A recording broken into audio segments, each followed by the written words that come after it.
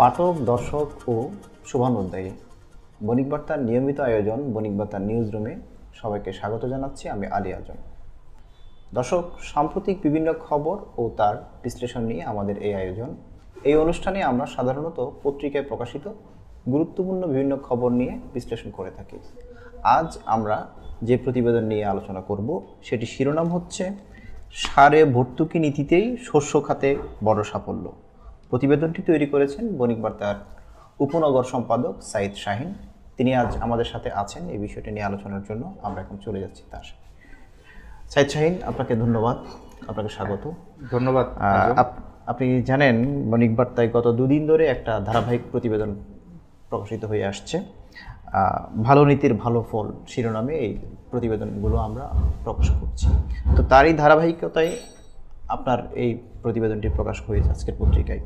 তো ভালো নীতির ভালো ফল বিশ্লেষণ করতে গিয়ে আপনি সারে ভর্তুকির বিষয়টা নিয়ে এসেছেন। ধন্যবাদ আজম।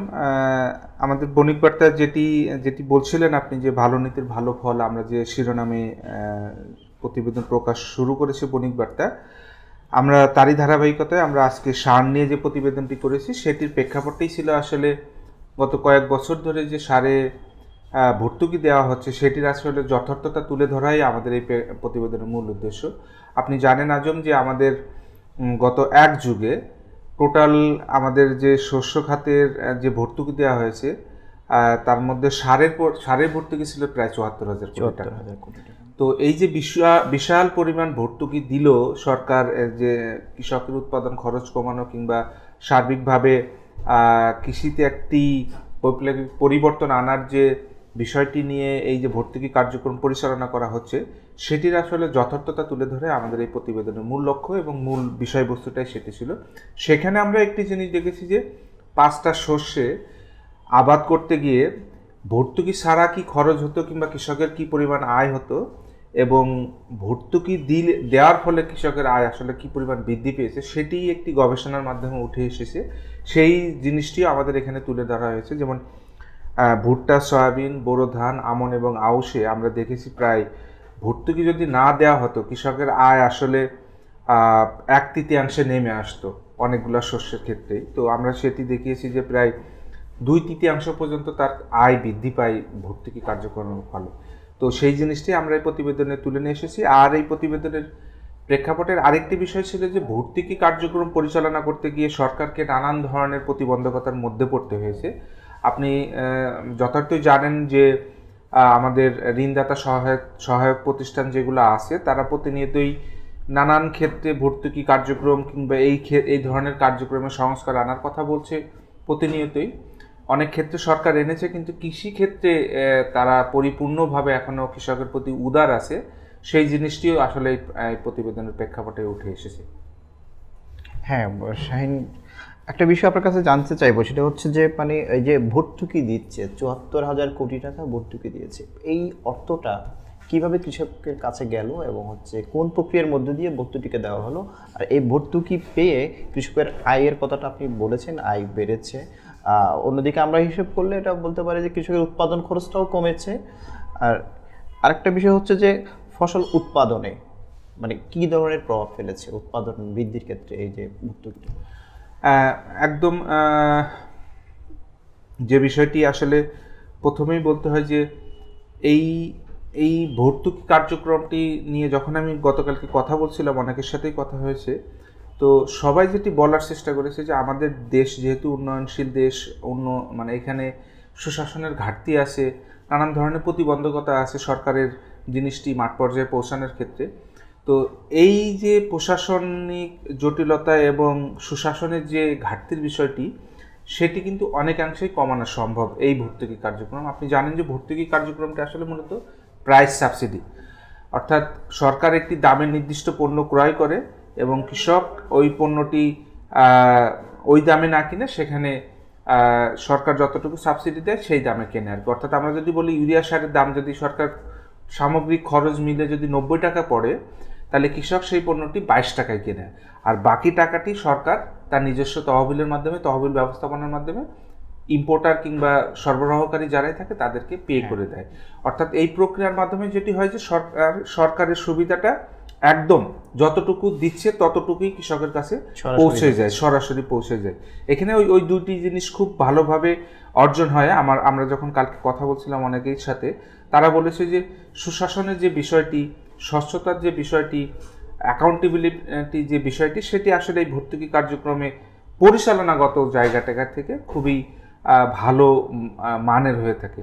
আর আপনার যে দ্বিতীয় কোশ্চেনটি ছিল যে আসলে কৃষক এটির মাধ্যমে কতটুকু লাভবান হয়, কিংবা খরচ আমাদের কতটুকু কমে আসে, কিংবা আসলে আমাদের কৃষি ব্যবস্থাপনায় কতটুকু বৈপ্লবিক পরিবর্তন আনছে।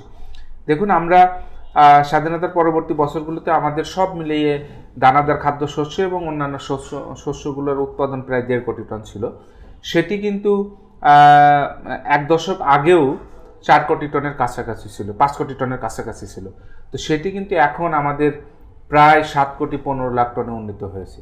অর্থাৎ দেখুন, একটি বৈপ্লবিক পরিবর্তন কিন্তু উৎপাদন ব্যবস্থাপনায় এসেছে। সামগ্রিক অর্থে যদি আমরা বলি, অর্থাৎ 5 গুণ পর্যন্ত বৃদ্ধি পেয়েছে আর কি 5 দশকে, যেটির বৃদ্ধি গত 1 দশকে সবচেয়ে বেশি।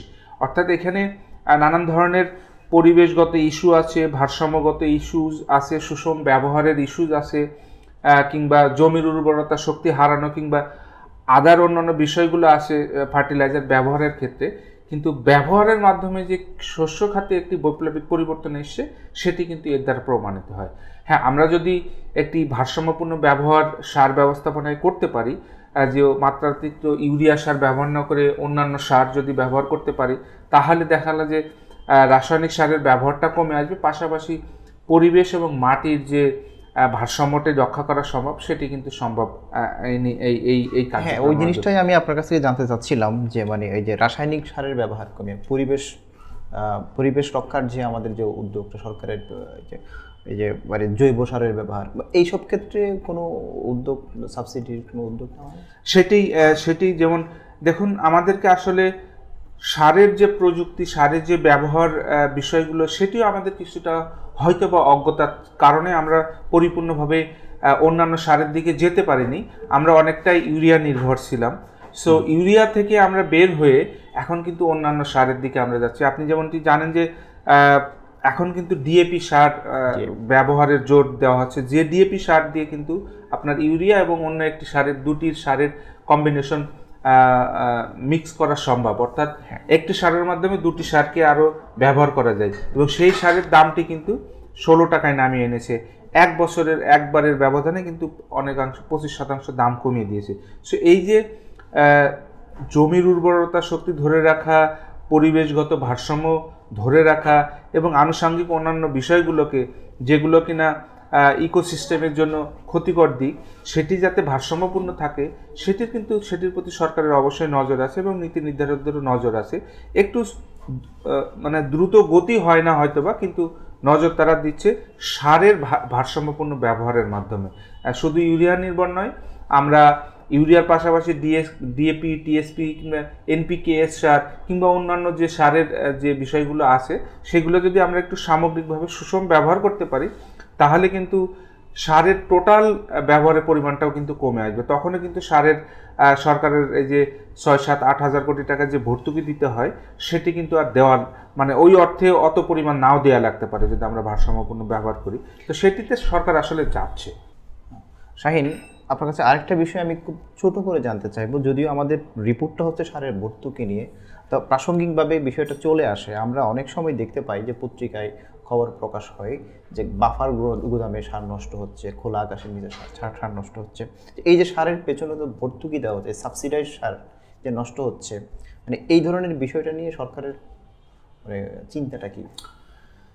আজম, আপনি যথার্থই বলেছেন যে আমাদের সারের আসলে মজুদ ব্যবস্থাপনায় এক ধরনের বড় দুর্বলতা আছে। আপনি জানেন যে আমাদের প্রতি বছর প্রায় 55 লাখ টনের বেশি সারের প্রয়োজন হয়, এবং তার খুব কম পরিমাণ সার, হয়তো বা 10 লাখ টন সর্বোচ্চ পরিমাণ দেশে উৎপাদন করা সম্ভব হয়। তো বাকি সারটুকু যেহেতু আমাদের আমদানি নির্ভর, এবং আমদানি নির্ভর সার যেহেতু সরবরাহ চেইনে একটু স্মুথ রাখার জন্য সবসময় একটা স্টক করতে হয়, এবং আপনি জানেন যে আমাদের বড় অংশটি লাগে আসলে বড় মৌসুমে, কিন্তু বড় মৌসুমে যে সারটির প্রয়োজন হয় সেই তুলনায় বাফার গুদামের আমাদের শর্টেজ আছে। ফলে যেটি হয় যে ওই সময়ে খোলা আকাশের নিচে আমাদের সার রাখতে হয়, এবং গুণগত মান নষ্ট হয়। সো এর জন্য একটু বেশি পরিমাণ সার অনেক সময় কৃষকরা ইউজ করে থাকে। তো সেই জিনিসটি একটি উদ্বেগের বিষয়, তবে সেই উদ্বেগ সরকারের অবশ্যই আছে। সরকার এটাকে মিটিগেশন করার নানান পদক্ষেপ নিয়েছে। আপনি জেনে খুশি হবেন এবং দর্শক আপনারাও জেনে খুশি হবেন যে এই চলতি বছরের শুরুতেই সরকার 2 দফায় বাফার গুদাম নির্মাণের বড় বিনিয়োগ করছে আর কি। আমরা আশা করছি আগামী অর্থবছরের শেষের দিকে হয়তো বা সম্পূর্ণভাবে বাফার গুদামগুলো নির্মাণ হয়ে যাবে এবং বর্তমান যে মজুদ ক্যাপাসিটি আছে তার প্রায় অলমোস্ট দ্বিগুণ উন্নীত হবে। তো তখন হয়তো বা আমাদের একটু রিলিফ দিবে, আর একটি বছর আমাদেরকে হয়তো বা কষ্ট করতে হবে। তো সরকারের এই দিকেও আসলে নজর আছে, ভর্তুকি দিয়ে যে সারটি আমরা নিয়ে এসেছি সেটি যাতে কৃষকের কাছে মানসম্পন্নভাবে পৌঁছায় সেটি নিশ্চিত করার জন্য সরকারের এই বাফার গুদামের প্রয়োজনীয়তা বিবেচনা রেখে এখানে বিনিয়োগ করছে এবং আশা করছি আগামী বছরের ভিতরে হয়তো এটি অনেকটাই যে দুর্বলতা আছে সেটি কাটিয়ে ওঠা সম্ভব হবে। হ্যাঁ, ধন্যবাদ শাহিন। আপনার কাছে আমার শেষ একটা বিষয় জানার আছে, সেটা হচ্ছে দর্শকদের জন্য যে বিভিন্ন ধরনের সরকারি সহায়তা সবসময় যে কোনো ধরনের সরকারি সহায়তার ক্ষেত্রে সেটা প্রণোদনা বলেন, যে আর্থিক প্রণোদনা কিংবা হচ্ছে সাবসিডি, যে সরকারি সহায়তার ক্ষেত্রে নয় ছয় হয়ে থাকে এ ধরনের অভিযোগ আসে। তো সারের ক্ষেত্রে এরকম কোনো ঘটনা আছে?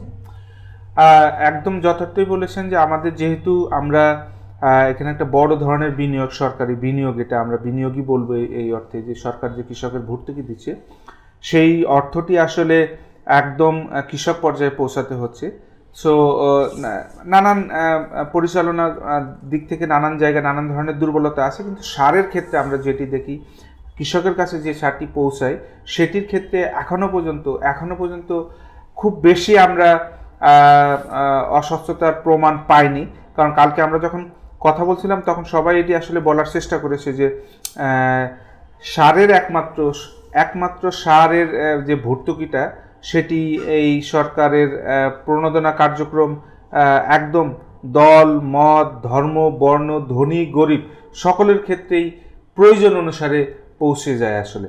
তো এই জায়গাটি একটু নজর দেওয়ার বিষয় আছে, যেটি হলো যে কৃষক যে পরিমাণ সার প্রয়োজন মাঠ পর্যায়ে আসলে যে কৃষি কর্মকর্তারা রয়েছেন তাদের আসলে একটি দেখার বিষয় আছে যে যার যতটুকু প্রয়োজন ততটুকু সার নিচ্ছে কিনা কিংবা তার অতিরিক্ত সার নিচ্ছে কিনা, তাহলে এখানে যে দুর্বলতাগুলো আছে সেটি কাটিয়ে ওঠা সম্ভব হবে। পাশাপাশি যে বিষয়টি যে আন্তর্জাতিক বাজারে আমরা যে মূল্যে সারটা কিনে থাকি সেটিও যথার্থ হচ্ছে কিনা সেটিও দেখার সুযোগ আছে। আমার মনে হয় আমি গত মন্ত্রিপরিষদের ক্রয় কমিটি যে মিটিং হয় সেখানে একটি বড় অঙ্কের সার এই চলতি বছরের জন্য কেনা হয়েছে।